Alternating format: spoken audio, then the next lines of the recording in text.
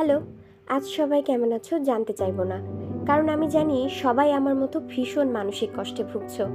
সম্প্রতি মাইলস্টোনের ঘটনাতে আমার মনে হয়েছে আগুন লাগলে শিশুরা কি করবে সেটা অবশ্যই সবার জানা ও বাচ্চাদের শেখানো ভীষণ জরুরি।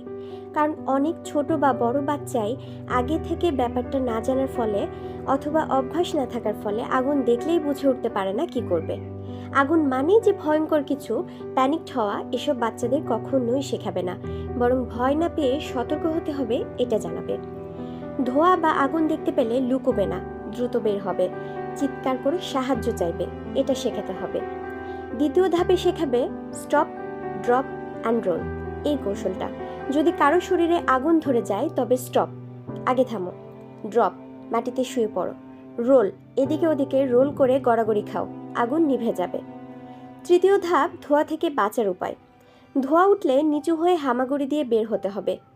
যদি সম্ভব হয় কাপড় বা হাত দিয়ে মুখ ঢেকে রাখতে হবে। এরপর বাইরে যাওয়ার রাস্তা চেনাও।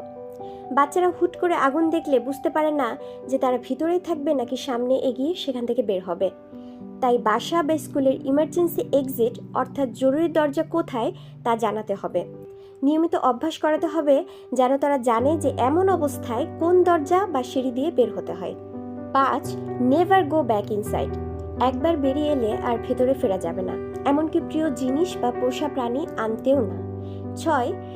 জরুরি নম্বর মুখস্থ করানো, ফায়ার সার্ভিস 999, বাবা মা বা অভিভাবকের নাম ও ফোন নম্বর মুখস্থ রাখতে শেখাতে হবে।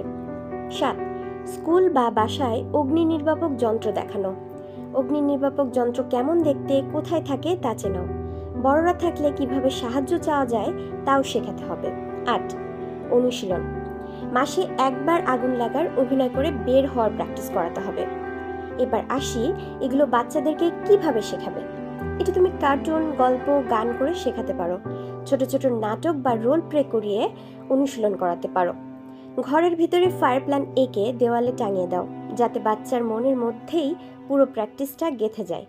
আমি সবসময় চেষ্টা করি আমার ভিডিওর মাধ্যমে সচেতনতা বৃদ্ধি করতে ও মানুষকে কিছু শেখাতে। আশা করি সবাইকে কিছুটা হলেও বোঝাতে পেরেছি। তাই সবাই সাবধানে থেকো।